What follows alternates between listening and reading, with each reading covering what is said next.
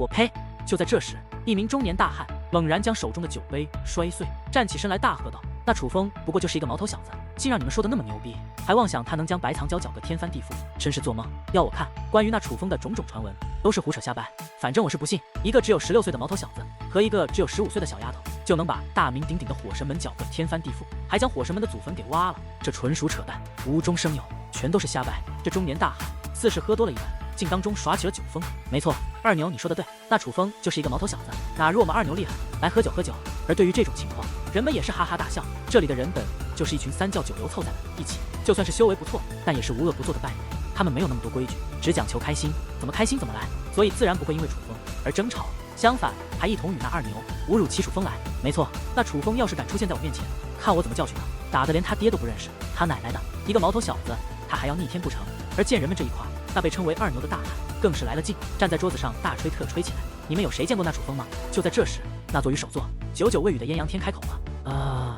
没有。众人一同摇头。严宗主，你不会见过吧？对啊，我听说严宗主不就是来自青州吗？莫非你见过那楚风？人们好奇地问道。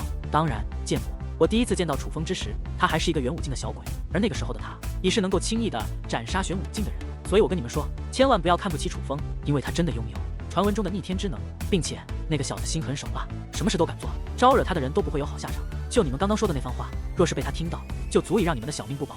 艳阳天凝重地说着，那种语调，那种目光，就仿佛他已经看到了这些人惨死的模样。突然，有人吓得倒吞了一口吐沫，其他人也被吓得不轻，就连那二牛也是站在了原地，不敢有所动作了。因为在场之人，艳阳天可谓是最有威望的，并且艳阳天还是来自青州，所以对于他说的话，在场之人都很确信。他说楚风这么厉害，那么他们就坚信楚风真的很厉害。哈哈，开个玩笑，我怎么可能见过楚风？青州虽然不是很大，但也不小。我在青州之时，又整日闭关修炼，极其低调，与那楚风从未谋面。见气氛有些过冷，阴阳天突然大笑起来：“宗主就是宗主，你这玩笑都把我们吓到了。来，倒酒倒酒，兄弟们，咱们今日不醉不归。”众人又开怀大笑起来。喝到兴头之际，有些人也开始变得不再规矩，竟在这大殿之中狼性大发。有的人直接将恶手伸向了这些平民女子们。虽然有些女子知道这些人厉害，心甘情愿的愿意跟着他们，知道这也许能够让他们过上好日子，以后享受荣华富贵。但是有些懵懂的少女却不想因此失身，于是拼命反抗。但他们哪里是这些人的对手？所以在这大殿之内上演起了一出强暴大戏。无恶不作的禽兽们狼性大发，尤其是那二牛最变态。成熟的女子她不要，只玩未成年的少女，竟然硬生生的玩弄死了3名少女。但这依然未能让她满足，最终她竟将目光投向了那位与二丫长得颇为相像的少女。哈哈，宝贝儿来吧，二牛大爷让你见识一下什么是真正的男人。二牛扑倒了那位与二丫相像的少女。不要，求您放过我，放过我！少女苦苦哀求，满面泪花。不听话，我让你不听话！二牛怒目一瞪，大手一挥，竟咔嚓一声拗断了那少女的2只手臂。断臂之痛让少女苦不堪言，脸色顿时变得苍白，险些因此昏迷过去。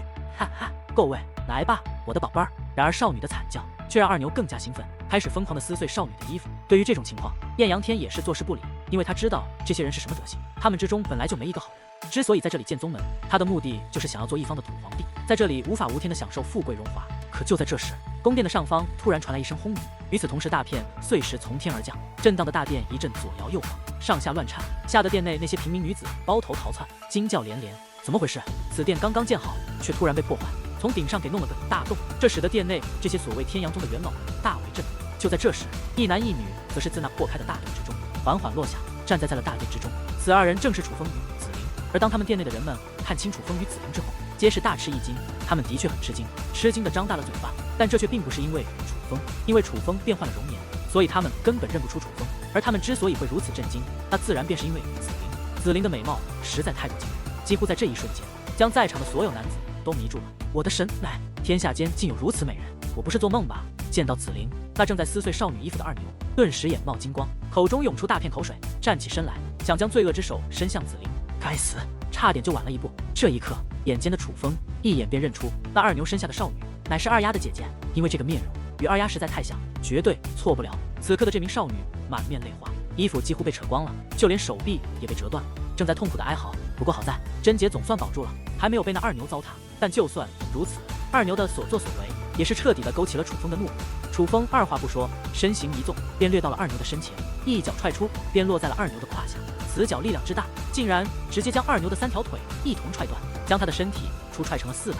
碎体之痛顿时让二牛发出一声惨叫，开始在地上连滚连嚎，血红色的血液被他弄得到处都是，狰狞而可怕。你们是什么人？我天阳宗与你无冤无仇，为何要来我天阳宗捣乱，还要对我的人动手？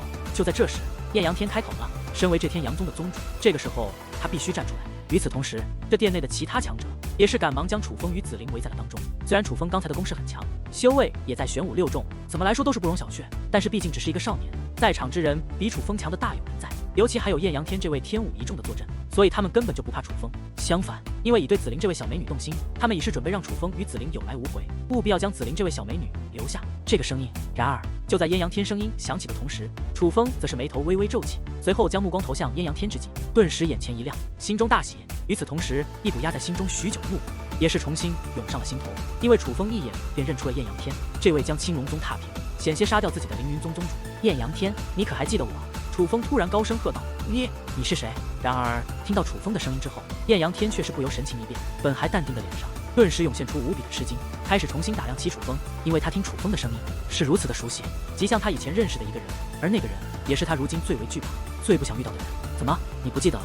要不要我提醒一下你？楚风继续问道，说话的同时，缓缓地向艳阳天逼近。竟然是你？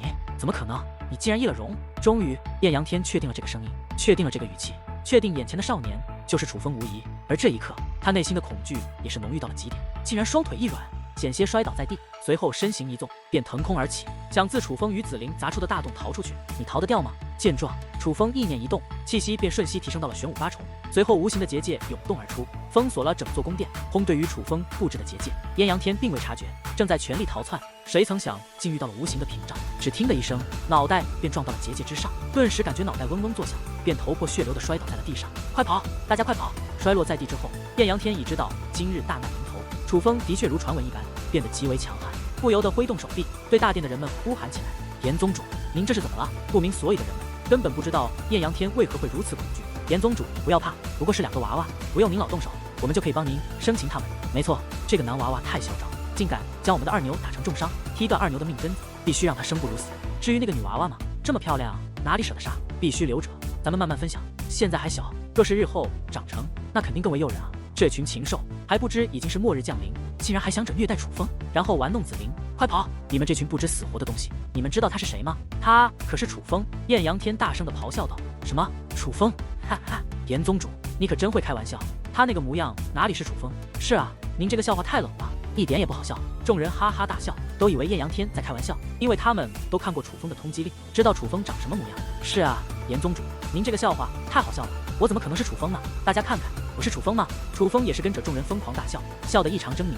与此同时，他面容也是开始变了，很快便化作了本来的面目，与通缉令上的一模一样。而看到楚风此刻的面容之后，这群先前还狂笑不止的人们顿时止住了笑容，那脸色由黑变白，由白变紫，从紫变绿，又由绿变青，一个个的表情怪异，显然还无法接受眼前的少年就是楚风的这个事实。而就在这时，紫菱出手了，看到二丫姐姐的悲惨模样，看到那些被星号致死的女子，看到那些赤裸哭泣的少女，同为女人的紫菱实在无法压制心中的怒火。紫菱的实力之强，连天武4重都可以战，杀这群玄武境的乌合之众，简直比捏死蚂蚁还要简单。天力涌现而出，几乎在瞬间便将数人的身体压得粉碎，那些人连惨叫都没来得及发出，便化成了血水。与此同时，楚风也是出手了，他没有用威压杀人，也没有用武技杀人，而是直接掠到那二牛的身前，猛然一脚落下，只听扑哧一声，便将那二牛的脑袋踩成了粉碎。紧随其后，楚风又掠到一位大汉的身前，双臂探出，宛如利刃一般插入了大汉的胸膛，随后手臂猛然张开，便将那大汉的身体硬生生的撕成了2半。然而这位刚刚被楚风杀死的大汉可是有着玄武8重的修为，但他在楚风的面前却不堪一击，轻而易举的便被楚风撕碎。不好，他真的是楚风，他一定是楚风，不然不能有如此可怕的战力。快跑啊，否则我们都将死在此处。这一刻，人们终于相信，眼下出现在眼前的少年就是楚风，而那紫衣少女就是紫菱。只要想到楚风的种种传闻，楚风的所作所为，楚风的种种事迹，人们内心的恐惧便弥漫开来，一个个吓得惊慌失措，无法自理。这一刻，胆子稍微小一点的人，直接被楚风吓得双腿一软，瘫坐在地，失去了行动的能力；而胆子大一点的人，则是开始玩命的逃窜，想从殿门逃走。然而这里早就被楚风布置了无形的结界，以他们的修为怎么可能破开结界，怎么可能破门而出？所有人都被关在了此处，等待他们的只有紫菱与楚风无情的杀戮涌现在他们内心的，乃是连灵魂都为之战栗的恐惧。但是此时此刻，情绪最为复杂的还要数那艳阳天，他呆呆地坐在地上，头上还流着鲜血，眼睁睁地看着楚风以那残忍的手段抹杀着他招揽来到手下，心中思绪万千，因为当日他的猜测实现了，楚风的确会成长起来，并且会变得极其可怕，连他都无法应对。但他却万万也没有想到，这一天会来得这么早，楚风会成长得这么快，并且楚风会这么快便找到他，出现在他的面前。求求你，不要杀我，不要杀我，不要！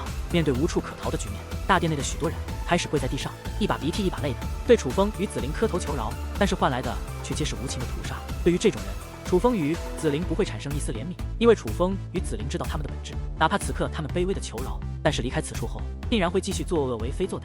这种人必须杀。楚风与紫菱以雷霆般的手段进行杀戮，眨眼间便将殿内的恶人杀死了大半。但是楚风却将艳阳天留到了最后，在将大殿内这些艳阳天的所有手下全部斩杀后，楚风才来到了艳阳天的身前，问道：“当初你对付我的时候，想到过会有今天吗？”艳阳天并未回答，反而是突然大笑起来。他的笑容告诉楚风，他已经不惧怕死，也不惧怕楚风对他进行折磨。再告诉楚风，他已经做好了所有的觉悟，所以他收起了所有的卑微，就连眼中的恐惧也是收敛了不少，尽量保持着一代王者的风范，对楚风说道：“想我艳阳天纵横青州数十载，何等风光！当初的我的确从未想过会有今天，更不会想到我会栽在一个少年的手中。但胜王败寇没有借口，你楚风比我厉害，比我狠，我艳阳天认栽了。但我并不觉得丢人，连九州大陆那么多传承久远的顶尖大势力、大人物们都对你没有任何办法，我能如何？你若要问我当初所作所为，我有没有后悔？我可以告诉你，我后悔过，我非常的后悔，后悔不该招惹你。如果可以重新选择，我一定会去拉拢你，讨好你。但事情已经发生，我悔恨又有何用？我只能羡慕青龙宗的宗主，眼光的独到之处，他眼光比我好，也比我聪明，因为他压准了你。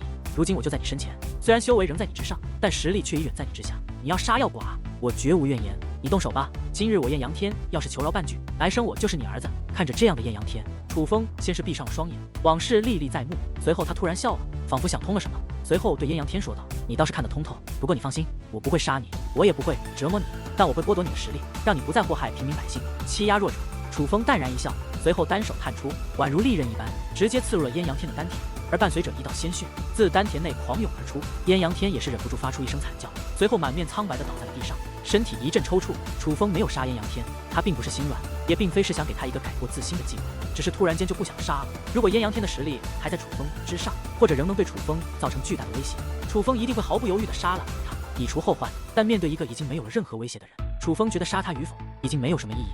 反正当初那个追得他到处跑，举手投足之间就能将他拍死的凌云宗宗主，如今已经败给于他，已经无法威胁于他。他的存在也许还能够提醒楚风，让他知道他经历过的磨难都没有白熬，因为在磨难中挣扎的他成长得很快，已经将无数个曾经威胁他生命的人给踩在了脚下，让他们此生无法翻身。事后楚风与紫菱也并没有大开杀戒，而是将这里的修武者全部赶走，然后将这里的苦力们遣散。经过询问，那位险些就被强暴的少女真的就是二丫的姐姐。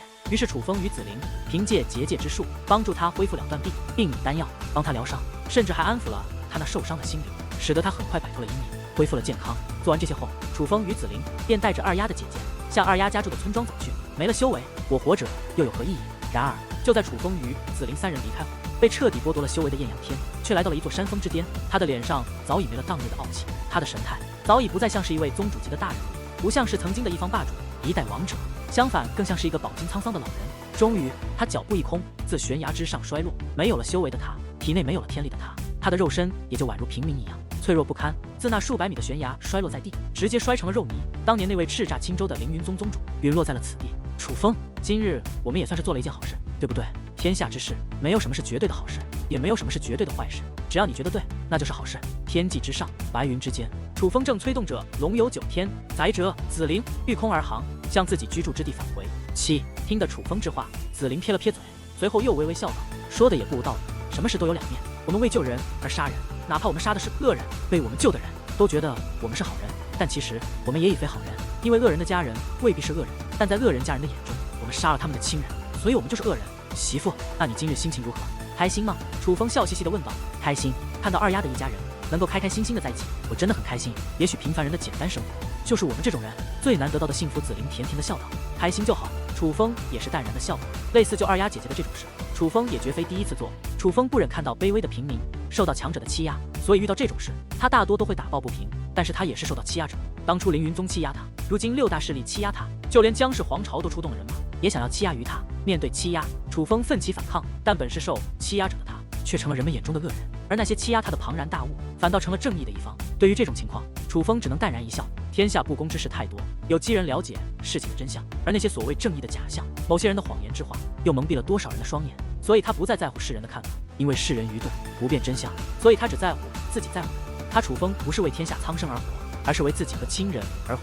所以天下苍生之生死与他何关？他只做自己觉得对的事，只做自己喜欢做的事。若是天下苍生皆觉得楚风所作所为不对，视楚风为恶人，但楚风却偏乐在其中，索性就认可自己是一位恶人。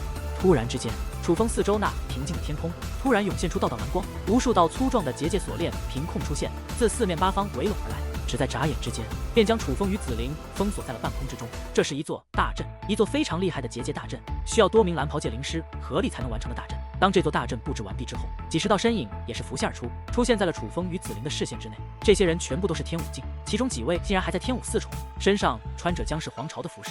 糟糕！这一刻，楚风暗叫不好，因为对方的手段实在太快，几乎在他反应过来的时候，已是封锁住了自己的退路。显然对方这是早有准备，并且手段之高，让他事先没有察觉到丝毫异样，就更不要提防备了。楚风、紫菱，你们二人可知我们为何要抓捕于你们？就在这时，一位老者站了出来，他白发如雪，双眼如鹰，气息竟然与鸡大势力的宗主一样，乃是天武五重，一位天武五重，几位天武四重，数十位天武境，这样的阵容实在是太强了。面对这样的阵容，以楚风如今的修为，这时显得有些无力。让开，否则就让你们全部葬身于此处。然而就在这种情况之下，紫菱却是丝毫不惧，紫色双眸涌动而出，层层紫色气焰缠绕周身，已是将他那天赐神体的力量释放而出。这一刻，当那天赐神力涌现而出后，紫菱的气势已是变得完全不同。尽管他的修为只是玄武九重，但是站在此处却散发着任何人都没有的气势，如同他才是此处的王者。从气势上将这些天武境的皇族高手全都比了下去。好厉害的手段！这如此与众不同的力量，看来你是修炼过禁忌玄功，并且修炼得非常之好。如此好的天赋，哪怕正常修武也会拥有大好的前程，却非要走捷径，真是可惜啊！那位白发老者笑眯眯地盯着紫菱，虽说看到紫菱的变化，他也感到有些惊讶，但却并未有所惊慌，相反，嘴角始终挂着运筹帷幄、掌控局势的霸气微笑。与此同时，也是略微惋惜地摇了摇头，不让开就是找死。然而此刻的紫菱也不废话，意念一动，紫色气焰便如同化作凶猛的猛兽一般，夹带着阵阵嘶鸣，向四周的结界锁链飞奔而去，想要破开这锁链大阵。区区玄武九重，真是不自量力。然而对于紫菱的攻势，姜氏皇朝的族人也是丝毫不惧，一同出手。磅礴的天力在特殊的阵法下，形成了一道密不透风的墙壁，向紫菱与楚风围拢而下。住手！然而就在双方皆是动用强大攻势，刚要交手的一刹那，一道女子的厉喝突然在天际响起。而听着这个声音之后，姜氏皇朝的高手们则是赶忙停止了攻势，将那阵法在半空瓦解。见状，紫菱也是柳眉轻挑，那绚丽的紫色双眸恢复原状。与此同时，那萦绕在周身的紫色气焰也是涌回体内。这一刻，楚风则在空中一步挡在了紫菱的身前，将这位脾气暴躁的美人挡在了身后，因为他知道恐怕那位白发老者还不算什么，刚刚发出厉喝的女子才是最难对付的角色。果不其然，当那道厉喝响起不久之后，那封闭的锁链大阵便打开了一个缺口，而自那缺口之中，一名身材高挑、前凸后翘、脸蛋上也是颇有几分紫色的精衣女子则是走了进来。这名女子的年龄不过20出头的样子，长相长得谈不上花容月貌，但也绝对不差。只不过在紫菱这位绝世小美女的面前，则是显得有些平庸。但是她的身材很好，并且身上散发着与众不同的气质，独特的魅力，让人看着很舒服。公主，这一刻，大阵内响起了皇朝高手宛如雷鸣一般的声音。这些天武境的高手在面对这名年轻女子出场的时候，都不由得屈膝施礼，脸上涌现出谦卑之容。就连那位修为在天武五重的白发老者也不例外。而这一刻，这位女子的身份也终于得到确认，显然她就是姜氏皇朝的第一天才姜以你，天武6重的修为，堪比火神们的太上长老。然而火神们的太上长老修行数十年，高龄已近100岁，才达到天武6重的境界。可这位女子却只是20几岁，便有了如今的成就，可见她的天赋当真很是料的。在她的面前，什么叶青面，什么徐仲宇，也是不敢再自称天才。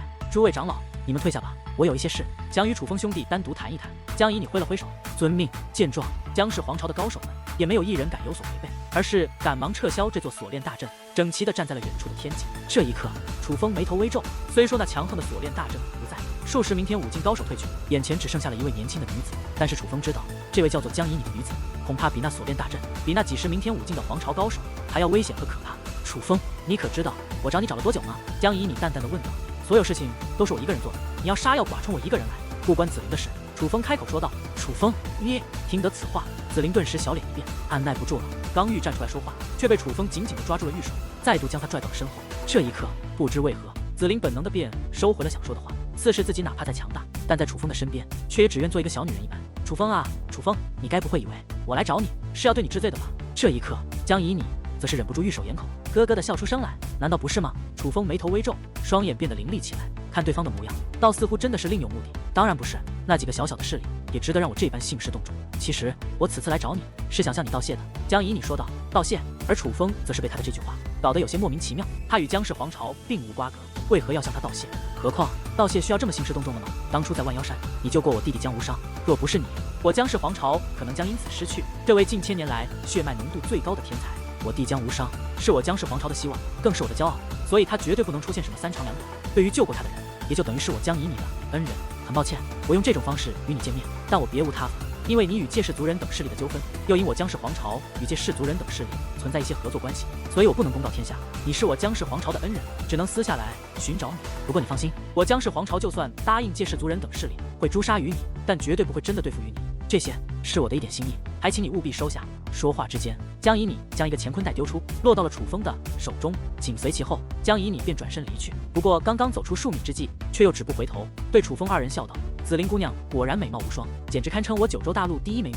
若是日后长成，绝对无人可比。楚风小兄弟，如此优秀的女子，愿伴随你的左右，切记好好珍惜。等等，你江氏皇朝真的不追究于我？毕竟他们乃属你江氏皇朝麾下，我杀了他们的门下弟子，也就等于动了你们的人。不然。”楚风追问道。而听得楚风此话，江以你则是笑得更加灿烂，说道：“这不过是你们的想法，但在我江氏皇朝的眼中，唯有我族之人才是我们的人，其他人永远都是外人。”说完这句话，江以你便娇躯一纵，在那金色长裙飘舞之间，向天际的远处遁去。而这一刻，楚风也能看见站在天际远处的江氏皇朝高手们，也在御空而航，向江以你追随而去。江氏皇朝的人竟真的离开了，他们如此兴师动众的找我们，竟然是要感谢于你。紫菱看着楚风，至今他仍感觉不可思议，但他不得不承认，当日楚风选择救江无伤，绝对是一个正确的选择。如果换作是你遇到了危险，然后有人救了你，我想我也会像他一样，去想方设法的找到那个人，感谢那个人。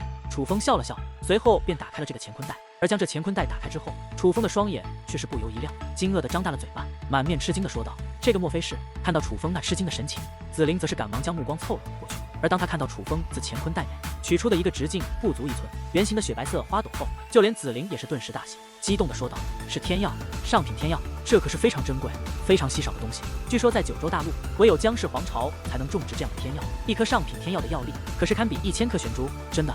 那也就是说，这江以你为了感谢我对他弟弟的救命之恩，赠送了我100万颗玄珠。”听得紫菱的话后，楚风也是狂喜，因为如今这乾坤袋里可是有着足足1000颗上品天药。看样子是的。尽管紫菱也感觉不可思议，但是现在的事实却就是如此。事后，楚风与紫菱回到了之前休息的那座山洞。在之后的一段时间里，江氏皇族的人的确没有再出现过。楚风将所有天药都炼化了，他感觉自己的丹田内充实了许多，但是距离突破仍然还有一大段距离。面对这种结果，楚风当真是有种想要骂街的冲动。已经200多万颗玄珠下肚了，但距离冲破玄武七重还有着很大的距离。据他的估算，起码还需要300万颗玄珠才能让自己的修为增进，这实在是太坑爹了。总共500万颗玄珠，这可以说是九州大陆一座传承1000年的顶级宗门，积攒了近1000年的老底，足够培养出多少带着天武境强者了。但是楚风却只能突破到玄武七重，这样推算下去，楚风想要踏入天武境，那简直就是痴人说梦。相信就算江氏皇朝都没有能够帮助楚风踏入天武境的修炼资源，因为那个数字绝对很可怕。楚风想想都头大，而看到楚风如此烦躁，向来霸道的紫菱则顿时变得温柔可人，对楚风说道：“我爷爷对我说，需要修炼资源越庞大的传承血脉就越强，日后的作为也就越大。所以楚风，你应该高兴，因为这恰恰说明你传承血脉等级应该很高，你日后的前途说不定比我还高。”对于紫菱的话语，楚风只能认为是安慰自己，毕竟他爷爷也是在古老的书籍中看到的这些，所说的言论根本就无法证明真实性。何况哪怕书中记载的都是真的，但是若是无法筹集到这庞大的修炼资源，楚风也将会止步在一定的境界，潜力再大又有什么用？而这种时候，能够感觉到楚风心里变化的淡淡，也往往会跳出来说：“你担心个屁啊！这世界这么大，修炼资源哪里都有，何况你是什么人？你是界灵师啊，而且还是与本女王缔结契约的界灵师。对于界灵师来说，修炼资源会是问题吗？对于一位伟大的界灵师来说，修炼资源简直就是取之不完、用之不尽的。只要你能踏入玄武七重，成为了蓝袍界灵师，本女王便叫你寻脉之法，寻得隐藏在天地之间的修炼奇物，保你不再为修炼资源而苦恼。只不过那个时候，本女王只担心你太过愚钝，无法达到一个满意的境界修为，而浪费了我传授你的一身好本领。不得不说，淡淡的话在楚风来看就靠谱多了。哪怕淡淡是一位界灵，但也是一位了不起的界灵，曾经很强大。哪怕他生存在灵界，但多说对这个世界的事情也有些了解，阅历丰富，掌握着很多别人不知道的特殊手段。于是楚风也就不再那么心浮气躁，开始安下心来，没事和紫菱在九州大陆乱晃，也不再到处诛杀6大势力的弟子，而是安心寻找无名强者的葬地。去炼化本源，索取资源。而时光飞逝，在这样的日子下，转眼间有过了数个月，楚风与紫菱的面容皆是褪去了一层青涩，紫菱更女人更美了，楚风则是更阳刚更男人了。这一年，楚风已然17岁，而紫菱已然16岁。在这段时间内，楚风与紫菱并没有一直待在九州大陆，也曾去过别的大陆，还真发现了不少强者的遗迹。蛋蛋以及紫菱的戒灵都得到了莫大的好处。紫菱的戒灵成功突破到了天武3重，而蛋蛋竟然踏入了玄武9重，这个修为已经将楚风甩开了3重境界。其实，经过这段时间的努力，楚风所需要的修炼资源也得到了不少。但是对于楚风来说，那些在他人眼中的庞大资源，对于楚风来说却都是不够塞牙缝的小儿科，所以楚风的修为仍然没有长进，还停留在玄武6重，而距离解救苏柔与苏美帝2年期限已是越来越近，眼看便不足1年，楚风也者时越来越着急。这一日，经过了无数次突破失败的紫菱，终于成功的踏入了天武境。在突破之时，竟然引来了一场天地异象，使得本晴朗的天空顿时被层层紫色霞光笼罩，甚至若隐若现间，在半空之中看到了一尊能够粉碎一切的紫色铜铃。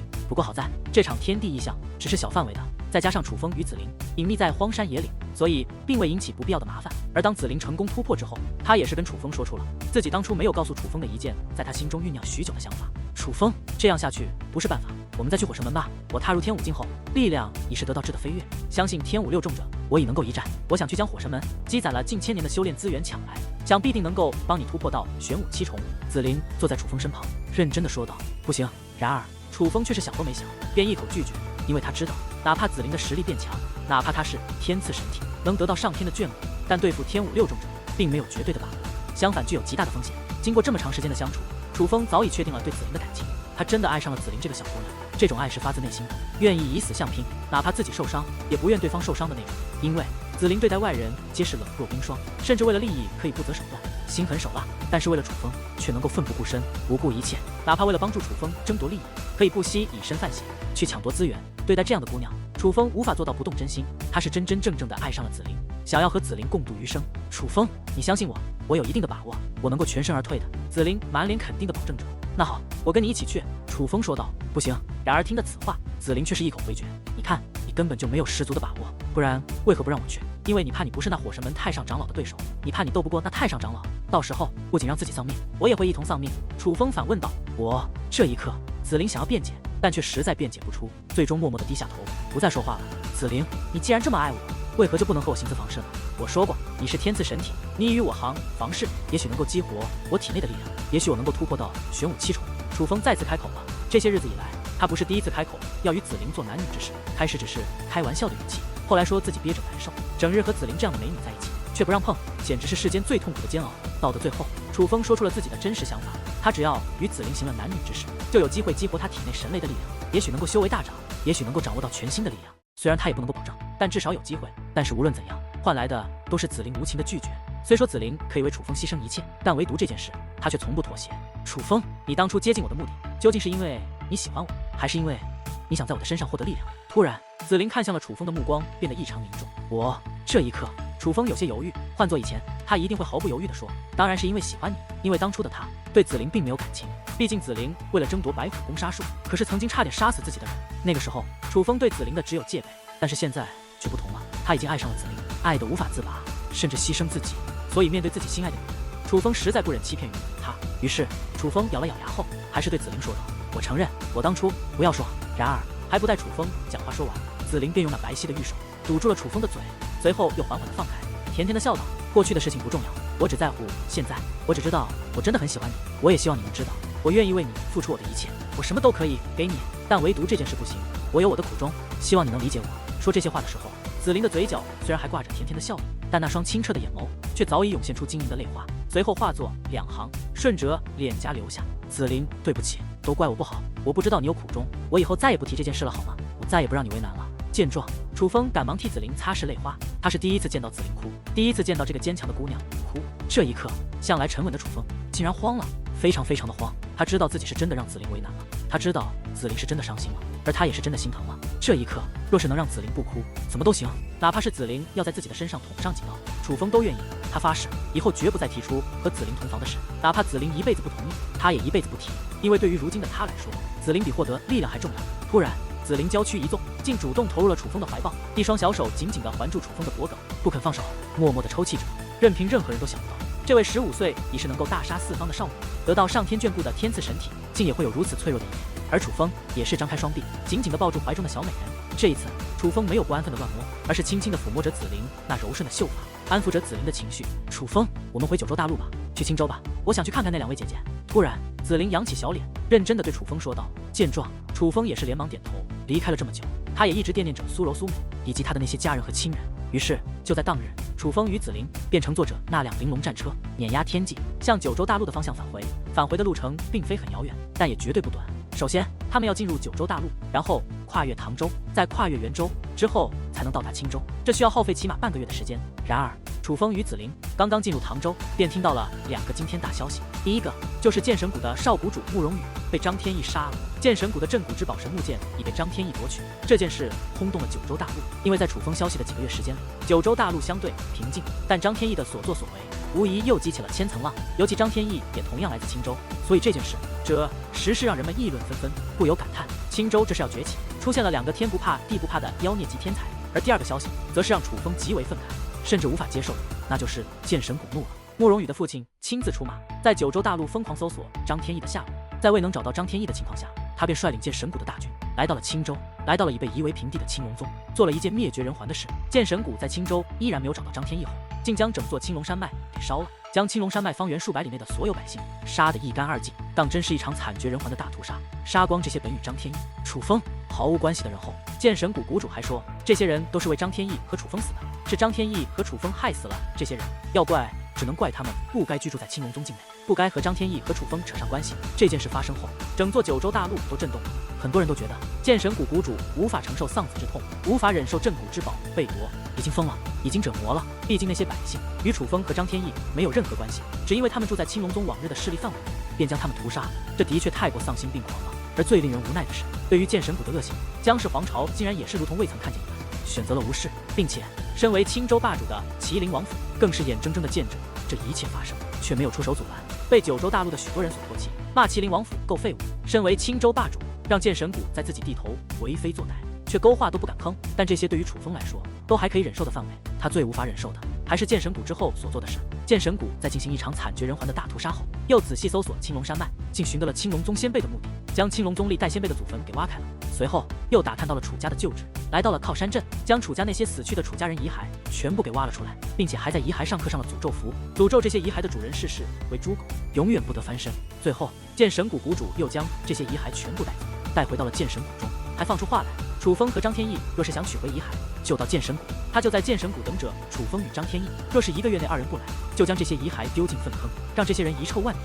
得知此事之后，楚风愤怒不已，因为这是楚风无论如何也无法忍受的，这真的触碰到了楚风的底线。他的怒火席卷了全身各处，他暗自发誓，定要让剑神谷自九州大陆除名，要让剑神谷的所作所为付出极其惨重的代价。因为对于楚风来说，他的家人是不可侵犯的，尤其是他的义人，对楚风来说是那么的重要。但如今竟然连死后都不得安生，这让楚风如何能不愤怒？龙有逆鳞不可触，而楚风的逆鳞就是家人，就是亲人，就是他身边为数不多但却极其在乎的人。当初楚风那般弱小，有人敢触犯他的逆鳞，楚风都会不顾后果的去报复。如今楚风已是强大了许多，竟有人再度处分了楚风的这个逆鳞，楚风的报复绝对会更加凶狠。经过半个月的赶路，楚风总算返回了青州。他最先来到的便是靠山镇。剑神谷，你们真是好大的胆子，我一定会让你们付出代价，我保证。此刻楚风与紫菱悬立在半空之中，看着下方那被烧微灰烬、被轰击得一塌糊涂的靠山，以及那被夷为平地的靠山镇，以及一座座被挖开的坟墓。那些坟墓正是当初埋葬了出家之人的坟墓，如今全部被挖开了，什么都没有留下，留下的只有几行特殊印记汇集而成的大字：楚风，你个废物，有种就来见神谷。看着这几个大字，楚风气得双拳握得滋滋作响，甚至连其身体都在颤抖，体内的杀气无法自控地涌动而出。因为这说明传闻是真的，他楚家人的遗骸以及青龙宗先辈的遗骸真的全被剑神谷带走了。剑神谷竟然真的拿死人来威胁楚风。可就在这时，远方的天际却突然传来阵阵的轰鸣，如同道道雷声交织在了一处。与此同时，那声音传来的天空也是开始蠕动，一股极其强大的气息正在急速靠近。这一刻，楚风与紫菱皆是大吃一惊，还以为是剑神谷的人埋伏于此处，但是定目一看，二人却是不由神情一变，因为他们发现那并非是剑神谷的人，而是一名英俊的青年。这名青年长得真的不错，剑眉星目，炯炯有神，既阳刚又阳光，是个标准的翩翩美男子。单凭这副面容就能迷倒大批的女子。但是这名青年实力修为可是不弱，虽说只是20出头的模样，看那年龄应该比叶清明和徐仲宇还要小上一些，但他的修为竟然比紫菱还高，是位天武三重的修武者。而此时此刻，这名青年男子正夹带惊动天地的威势，以闪电般的速度向楚风与紫菱掠来。青年男子速度极快，几乎眨眼之间已是来到了靠山之上，进入了楚风与紫菱的视线。他脚踏虚空，负手而立，先是面无表情地打量了楚风与紫菱一番，这才说道：“楚风，紫菱，我在此处等你们二人很久了，你是何人？”见到此人，楚风高声喝道：“我想你应该听过我的名字，我乃青龙宗弟子张天翼。”张天翼说道：“你就是张天翼？”张师兄听得此话，楚风不由暗喜，因为张天翼乃为青龙宗弟子，他之前的所作所为也都是为青州争光的事情，按理来说他应该是与楚风站在统一战线的。张师兄，你也配这么叫我？但是哪曾想，听得楚风的话后，那张天翼却是剑眉倒数，眼眸之中竟然涌现出层层杀机。张师兄，莫非楚风有何得罪之处？楚风不解地问道。他与张天翼第一次见面，应该并无过节才是。哼，你楚风惹怒凌云宗，使得我青龙宗被夷为平地，先辈千余年的基业毁于一旦，你还好意思说是青龙宗的弟子？还好意思叫我师兄？我张天翼今日就替青龙宗清理门户，除掉你这个不孝弟子！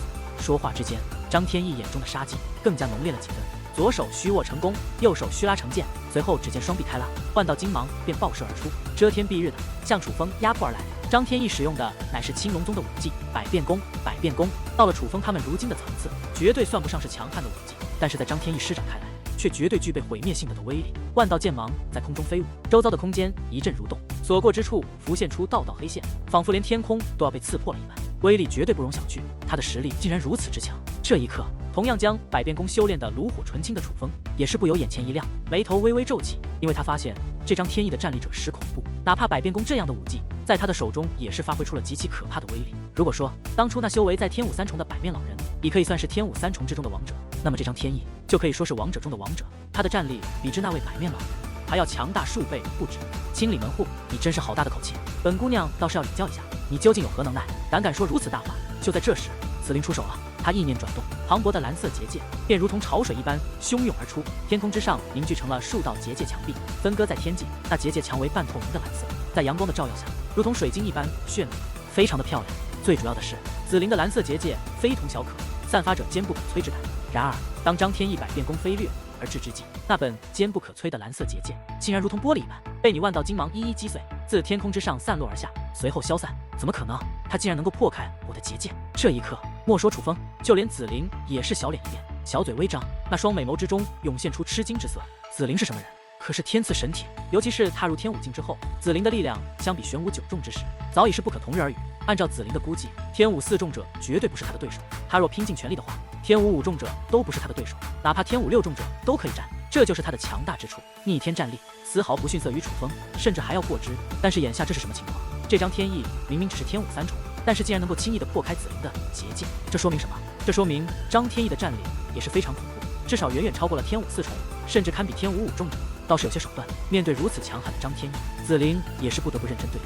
他手掌一翻，威武霸气玲珑战车便出现在了手中，随后对着高空丢出，急速扩大，挡在了楚风与紫菱的身前。不得不说，张天翼的攻势真的很强，哪怕是玲珑战车这件骑兵挡路，但当那金色的剑矢触碰到玲珑战车之际，仍会发出钢铁交织般的声响，甚至将玲珑战车轰击的缓缓倒退。突然，紫菱暴喝一声，玲珑战车便猛然挺进，夹带着无可匹敌的威势，碾压着破裂的虚空，向张天翼的方向暴掠而去。好一件战车骑兵，刚好我缺件交通工具，这件我就收下了。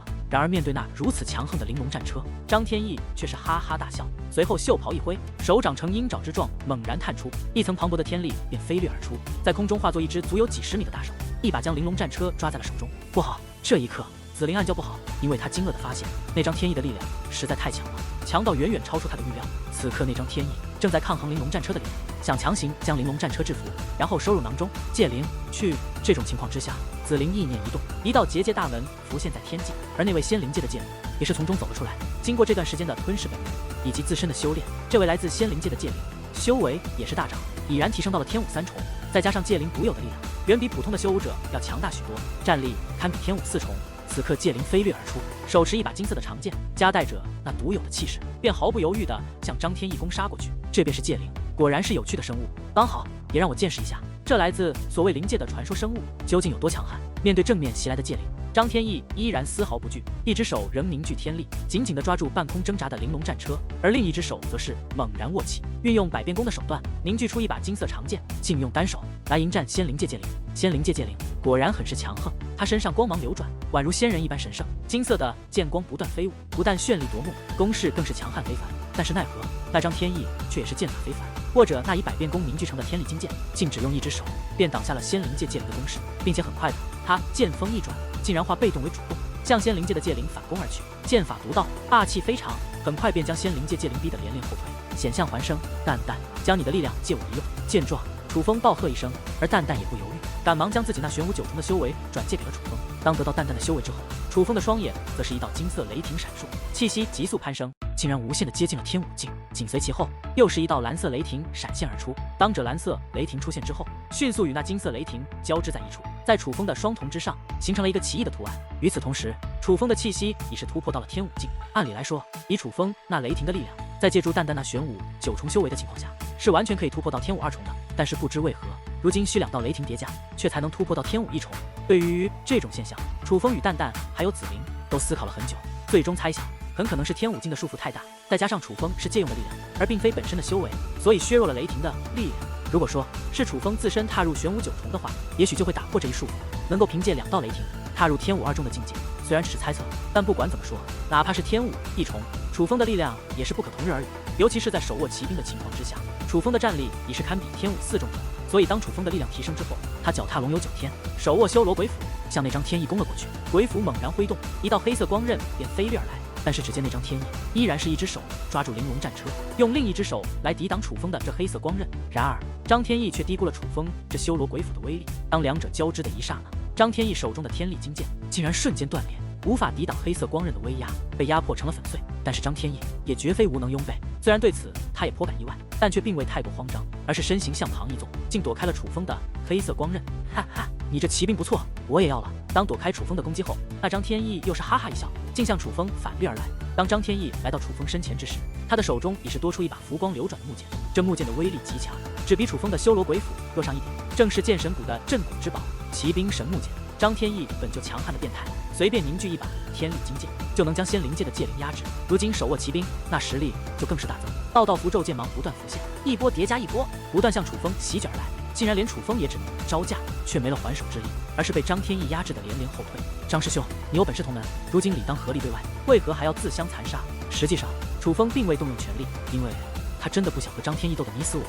楚风，一山不容二虎，这个简单的道理你还不懂吗？如今九州大陆提到我，就会想到你，总是要拿你与我相提并论。但是我告诉你，九州大陆的最强天才只能有一个，那便是我张天翼。而让他们知道我比你强的唯一方法也只有一个，那就是杀掉你。张天翼异常狠辣，招招致命，是当真要取楚风的性命。听得此话，楚风眼中也是寒芒一闪，冷声说道：“既然如此，张师兄，那你就别怪我不念同门之情了。”话罢，楚风的身上突然涌现出幽绿色光芒铠甲，与此同时，一股白色的雾气也是萦绕而出，瞬息便将张天翼包裹在了其中。这是幻象阵。然而令楚风无语的是，张天翼虽并非界灵师，但反应却异常敏锐，意志极其坚定，近一眼就看出楚风施展的乃是幻象阵，并未被幻象所迷惑，而是手中的神木剑光芒四射，开始爆发出层层更为凶猛的攻势，不断向楚风压迫而来。可恶，他怎么可能破开我的幻象阵？这一刻，楚风眉头紧锁，面对张天翼那越发凶猛的攻势，如今的他的确无法阻挡，赶忙使用龙游九天，想要闪躲开来。